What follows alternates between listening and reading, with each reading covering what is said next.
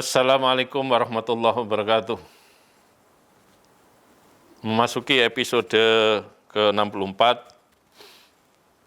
saya akan membahas motif penggunaan gelar di kalangan dunia Islam. Gelar merupakan sebuah penghormatan yang diberikan seseorang kepada orang lain, baik karena jabatan, ketokohan, maupun pendidikan. Gelar ini bisa difungsikan dalam memperkokoh kewibawaan, keilmuan, atau keahlian dan kealiman seseorang. Namun, gelar keahlian maupun kealiman juga dapat menimbulkan kewibawaan. Bab ilmu pengetahuan itu merupakan kekuatan atau power. Ada banyak ragam gelar, baik gelar pendidikan, gelar tokoh agama, gelar kebangsawanan, dan gelar kepala negara. Gelar pendidikan atau gelar akademik telah sangat difahami. Sekarang gelar itu ditertibkan, tetapi banyak yang tidak puas.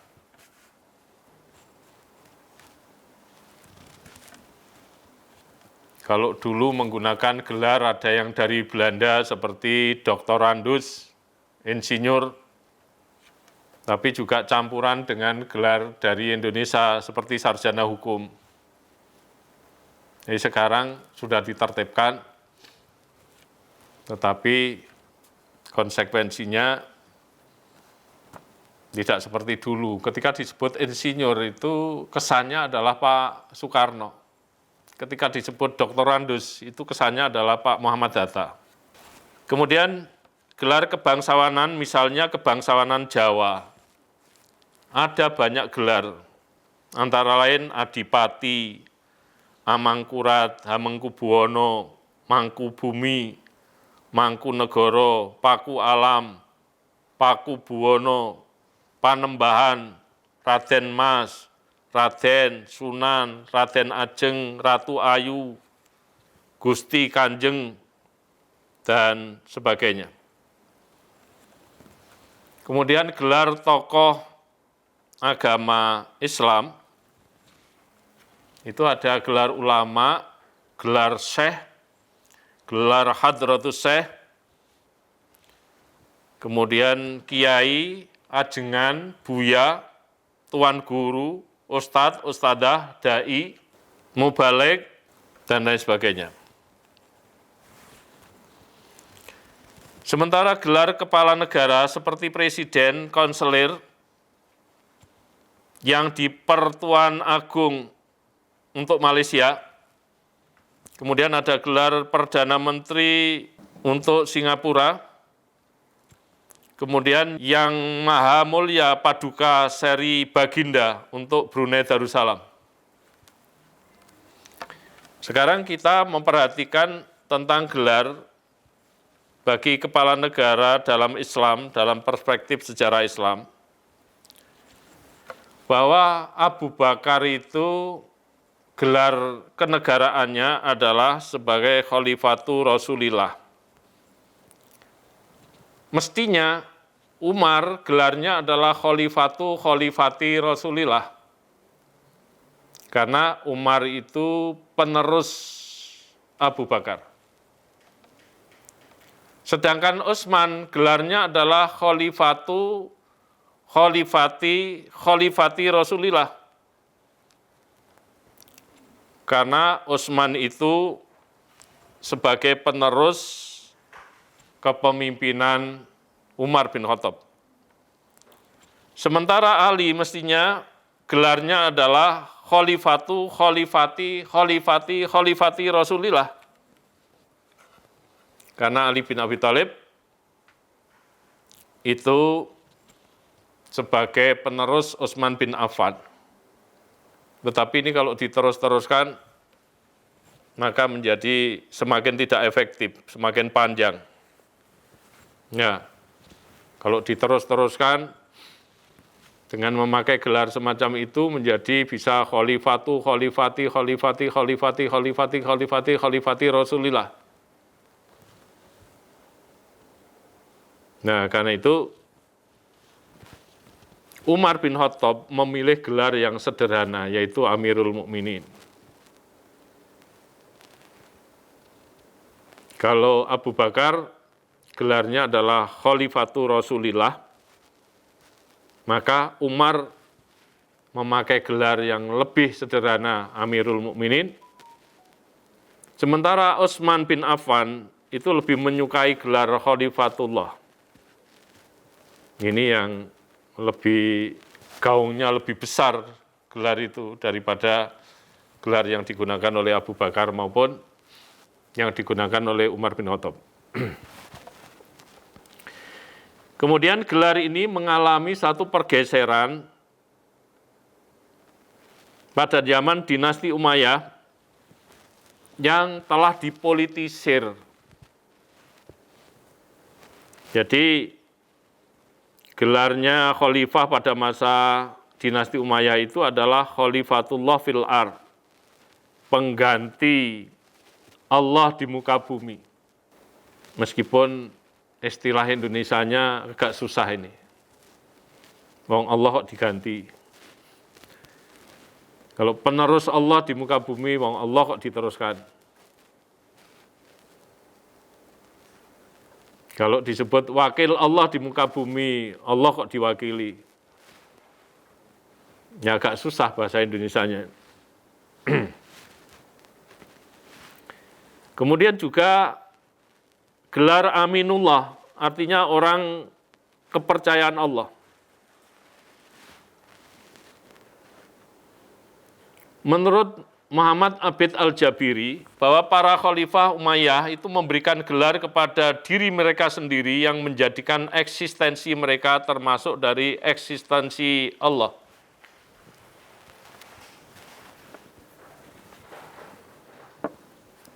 Sementara menurut saya bahwa gelar Aminullah sesungguhnya dimaksudkan untuk membungkam kelompok-kelompok oposisi dan membangun kepercayaan masyarakat Muslim. Dengan penggunaan gelar Aminullah itu paling tidak menurut harapan para khalifah dinasti Umayyah. Mereka tidak perlu diusik, tidak perlu diiri, tidak perlu dimusuhi, apalagi dikudeta.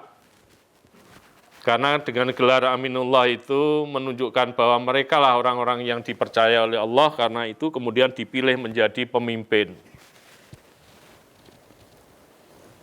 Jadi ini sesungguhnya adalah trik-trik politik yang menggunakan gelar sebagai sarana atau instrumen.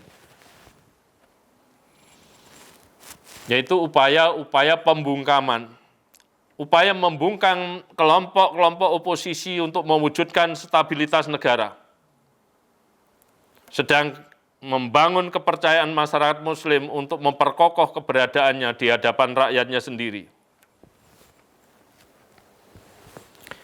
Kemudian pada bagian lain, pergantian dinasti Umayyah ke Abbasiyah juga diiringi rekayasa politik gelar.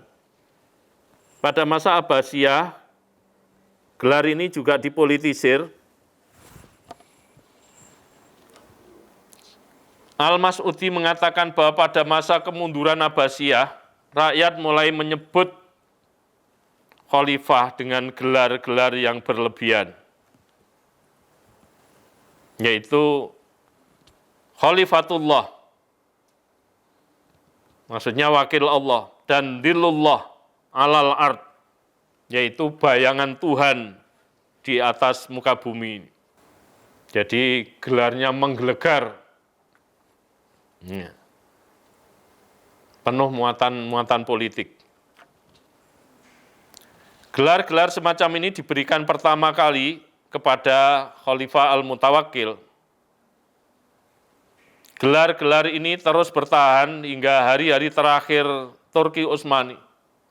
Jadi bukan hanya Abbasiyah, tetapi sudah melintasi melintasi abad lain, melintasi dinasti lain, yaitu dinasti Utsmani.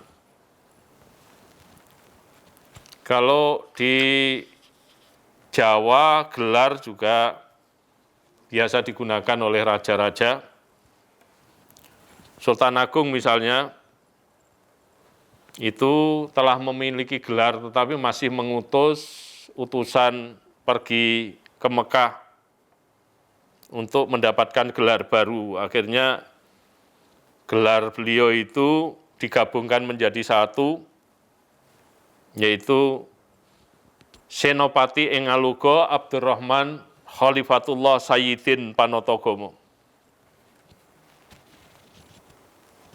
Senopati ing Aluga dalam bahasa perundang-undangan kita sekarang itu adalah Panglima tertinggi Angkatan Darat, Angkatan Laut, Angkatan Udara. Abdurrahman menunjukkan watak asli sebagai hamba Allah yang Maha Pengasih. Sementara Khalifatullah itu kalau di Timur Tengah atau di Arab, sampai pada di Turki juga, itu kekuasaannya sangat-sangat besar. Masih ditambah Sayyidin Panotogomo. Sayyidin itu pemuka agama. Panotogomo itu yang menata agama. Kurang lebih atau hampir sama. Sayyidin diperkuat lagi dengan Panotogomo. Hasan Hanafi mengatakan bahwa para pendukung tradisi kekuasaan diberikan gelar-gelar yang sangat bagus seperti Asy-Syaikh Ar-Rais, Hujjatul Islam, Imam Al-Haramain, Nasirul Millah Waddin, Hami Himal Islam, dan seterusnya. Sedangkan para pendukung tradisi oposisi diberikan gelar kafir, murtad, munafik, jindik, ateis, sabi, barhami, dan seterusnya. Nah, kemudian sekarang dalam konteks Indonesia, itu ternyata gelar ini dibisniskan.